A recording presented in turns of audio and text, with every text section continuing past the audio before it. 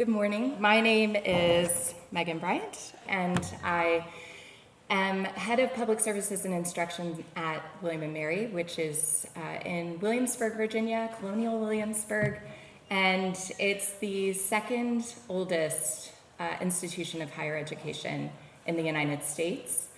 And I want to tell you a little bit about William & Mary and what our collections are like. So we are located in our main library at William & Mary, and we, of course, have the university archives, which is unofficial and official records of the university. We also have over 50,000 volumes of rare books, which relate to anything really that you can imagine, but also contains the largest collection, second largest collection of books on dogs. In the United States, the American Kennel Club is the first, and we're trying to catch up and surpass them, but we'll see. And then we also have about 3,600 manuscript items. So our collections, we're the United States, so we don't date back as far as European nations do, but our collections really are fabulous and robust, and I kind of have to pinch myself sometimes because I get to work with really, really fabulous documents and books and maps and artifacts. So that's a little bit about what we have. What we do, we are a small team. We have 8 full-time staff members and then about 5 hourly employees, and then we have a large student team that works with us that helps our ship run smoothly. But we're a small team, which I'm sure many of you can relate to, which means that we share a lot of the responsibilities. So providing reference to researchers from around the globe, serving faculty, students, and staff members, and of course leading our instruction efforts, which is my bailiwick, including anything that has a public-facing component. So our reading room procedures and protocols, all of the instruction. Our team helps out with that, but I'm kind of the captain of that. And policies, procedures, and our social media, which I'm not very active on social media, but they entrust me with that. And most recently, being part of an international working group studying or looking at how institutions are handling arsenical book bindings, so green book bindings that are dyed with arsenic pigments to make them that beautiful color of green. So if any of you are working with that, I would love to talk to you more, so please feel free to reach out to me. So I'm a busy woman. I have many different roles. We have about 100 instruction sessions come in each academic year. So we are busy. Our doors are constantly revolving. And as I said, I'm not the only one who does instruction. My team of archivists, we all do a little bit. But I do most of it because our other team members are working on special collections, actually archiving and accessioning, processing collections, doing exhibits, and managing the university archives and that sort of thing.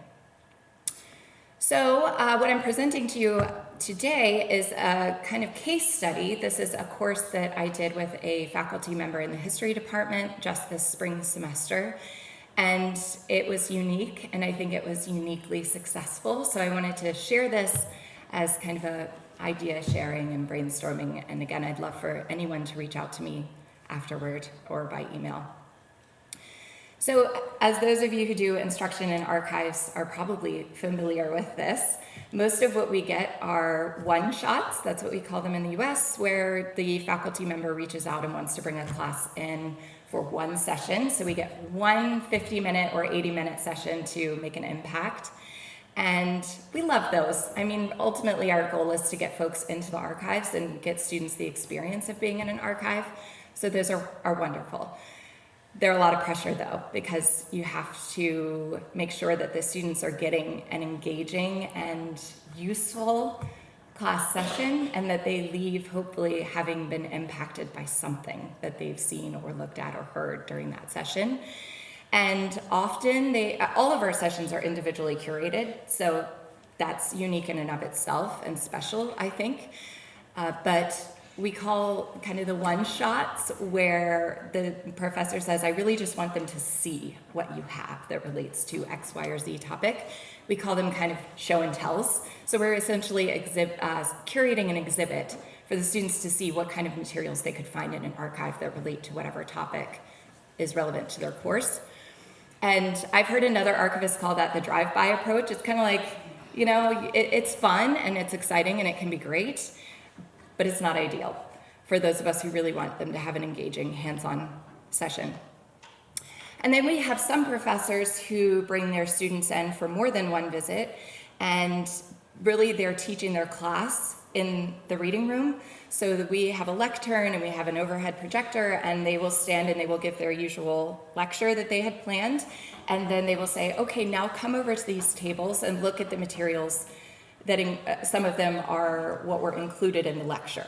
And the students like that. It's exciting. It's like, okay, I just heard about this and now I actually get to see what my professor was talking about. Also great, right? And then some professors bring their classes in more than once and actually require that the students use the materials for a project of some sort. And when I say the professors bring them in more than once, I'm saying like 3 sessions, okay? So it's not, and usually one of those sessions will be optional, where it's like, okay, you've had the 2 sessions in the archive, you've seen some primary sources, choose one, and if you need help, come back and consult with the archivist. Again, all wonderful. I don't care what they do as long as they come in and we can have some face-to-face with them. But what I loved about this course is that the professor, Dr. Julia Gaffield, who is new to our university, was teaching at Georgia State, and she reached out to me and said, I did a class at Georgia State where the archivist and I worked together, and I brought my students in, I think it was like 3 times, to the archives. Could we do something like that? Because I really want them to have as much time in the archives as possible. So that was my dream. I was like, yes, please. I might have been a little over-enthusiastic, but she matched my enthusiasm. So it was really not only fun, but it was a really exceptional experience working with her. And what was different about this session is that I said, well, we could do more than 3. We could do 4, we could do 5, we could do 6. And so initially we planned to do 6 sessions. One of those ended up ultimately being with a research librarian, which is even better because then they get experience learning how to find secondary sources to complement primary sources. So that was even better. So we had 5 sessions together. And the goal really was to immerse the students in the archives throughout the course. So I mentioned they had this session with the instruction librarian, and she also wanted them to have the experience of using primary sources in a research paper, 3 to 5 pages. And I said, that's great. She actually wanted them to choose 2 sources, which was even better. And unlike some professors, she didn't want me to show them the ins and outs of how to search the database and how to read a finding aid. I gave them kind of the overview and the disclaimer that I always love to give, that archivists are fallible. We're human just like everyone else. So when you're looking at a finding aid, set your expectations. Some are better and more useful than others. But also recognize that sometimes there are mistranslations or there are typos. So you also have to be your own critical thinker when you're looking at finding aids. So our goal, or my goals, and Julia's goals were to demystify special collections because our entrance has glass doors and wood frame around it, and I think it can look rather intimidating. Plus, it's special collections, so it sounds rather exclusive. And get students familiar with what an archive is, how they can use it, and what they would find there, and how they can find materials there. And most importantly, I think for our purposes was I really wanted to be intentional about bringing the students in and not expecting them to have a research project in mind. I wanted them to come in with curiosity and questions and embrace learning and growing together, and recognizing that I'm not an expert on American history to 1877. I am an Americanist, but really embracing the fact that we're all learning together. So this was our timeline. We had 5 sessions together. The first was kind of an intro to archives. I set up a kind of general overview of materials that were relevant to America to 1877. The second session, sort of the same thing, more specific items related to the topic. The third session, the theme of the course was land. So I wanted to put out materials that were maps, land plots, land surveys, handmade books that were made in Cuba that showed kind of how people have used land resources to make books. And then the fourth session was all manuscripts related, again, to the topic of American history to 1877. And then the fifth session was the one that I had the lowest hopes for, which was the optional session, where the professor said, Meghan and I will be here. We will be available for you for the 80 minutes of our regular class period, and you can come in and get help or page item or request items that they will page, and then you can look at them in the reading room. Again, I had very low expectations for that because usually, without fail, when the professors have those research optional sessions, no one shows up. And if they show up, it's like one person, and they come in and they feel awkward and then they leave. So it's, you know how that goes probably. So my approach, again, come with curiosity, ask questions. I always tell my students, I taught for the American Art History Department and American Studies Department a bit before starting at Special Collections. And I always told my students, don't come to the sources with your argument, because that's not the way to be a historian. The best way to be a historian is to have a question, let the source lead you to your argument. Because if we come in with an argument and then we're trying to match our sources to that argument, that's not really being a good historian. A good historian lets the sources lead them to their argument. And then I also wanted them to feel like this mattered, and this wasn't just a show and tell, and this wasn't just like a fun field trip. I wanted them to realize, like, this is what historians do. All the textbooks that you read and journal articles that you read, this is what the historians have done. They have referenced sources to develop these arguments and support them. So I wanted to put out obscure kind of little things like this piece of rope, which is from the unveiling of the Robert E. Lee Monument in Richmond, Virginia. And I talked to them. I used this kind of as a let's look together activity and said, okay, why do we have this? Why would we keep this little piece of rope? Why did Cynthia Beverly Tucker Washington Coleman keep this little piece of rope? What does that signify? And what kind of questions could we ask based on something like this that doesn't give us, it's not obvious in telling us what its meaning is. So I mentioned she gave them an assignment. This was, I kind of simplified it here, but it was 30% of their grade, which I think is important because that makes it matter to them.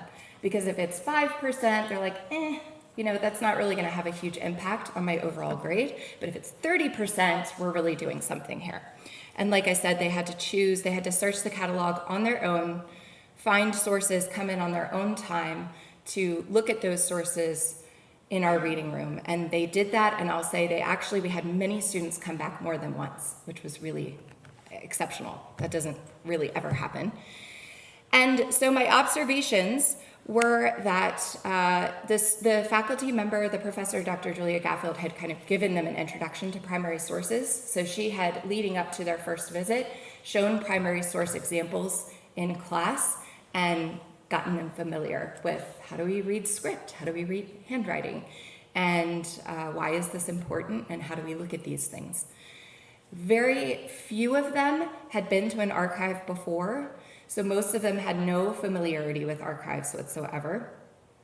And what I think was really interesting and that I noticed is that the students had so much fun. And our students are very ambitious. William & Mary is a top school, so our students are motivated. And so it's not unusual for students to come in and enjoy themselves. But there was something about the dynamic of this class, them coming in 5 times, that I think it kind of let down the veil of intimidation. And it was like, okay, these are our things, and we get to look at them and use them and touch them. And there were so many conversations happening among the students. And like I said, they kept coming back to the reading room on their own time, which really I thought was super exciting. look at them, look how much fun they're having. I mean, they were super into it. And really talking to each other and talking to our staff about what they were seeing. So what I didn't mention is we wanted to really be intentional about gauging how useful this experience was. So we gave them a pre-visit survey that they filled out when they first got there for session number 1, and then a post-archive survey at the end of the course where we asked them questions like, what is an archive? Who goes to an archive? We really wanted to kind of get a sense of what they thought about archives, and then look at that after the fact and see how that changed, if it changed. And there were 28 students in the course, so I just selected a few that I really appreciated. So you can see this particular student, they come in and they think, I don't know, not sure. Who comes to an archive? Anyone, curious people. And then at the end of the course, she's like, researchers, students, anyone can come. And you can see she has a better sense of the value of archives, which I think that's the goal, right? We want them to understand the value of archival research. And here's another one that you can kind of see. I love this one because they thought that the only reason to come to an archive was for major requirements. That gave me a chuckle. But then you can see by the end, they have an understanding of how the sources really illuminate the particular time period to which they relate. We also got feedback on those sheets where we had, any other thoughts you want to share about your trip to the archive. And it was so much fun reading these because so many of the students said that they loved it. And so just kind of selfishly for Julia and I, we were like, yay, they enjoyed this. It was not, their eyes didn't glaze over, which sometimes happens.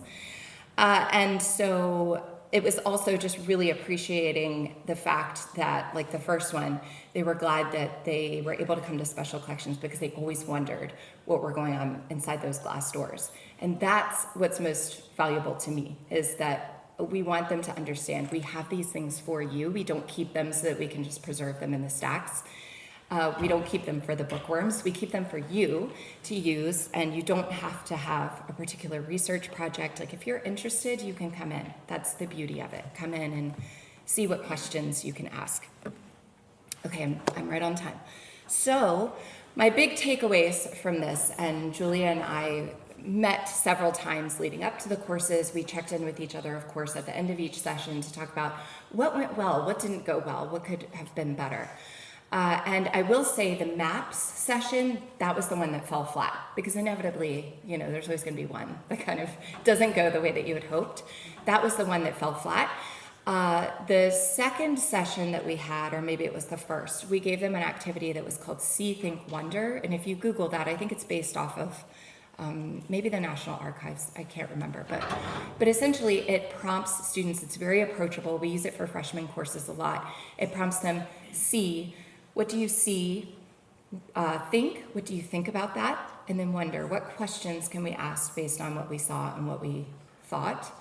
And we had kind of a similar activity that was map specific during the map days, and they just kind of weren't feeling it. And I don't know if it was just a coincidence, maybe they just were all kind of hitting mid-semester and they were tired, or I think what it was is that they didn't have a primer to kind of get ready to look at maps and think about maps in a critical way.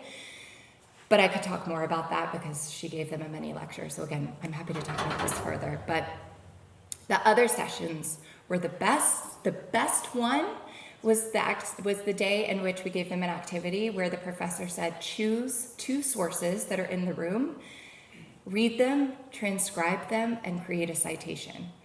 By far, that was the most successful session, and the students really enjoyed it, which was shocking because, some students can't read handwriting, especially cursive, and they not only worked together when they couldn't read cursive, they would ask a peer for help, which was really nice to see, but they also seemed to really enjoy the challenge of reading the cursive, transcribing it, and then creating a citation.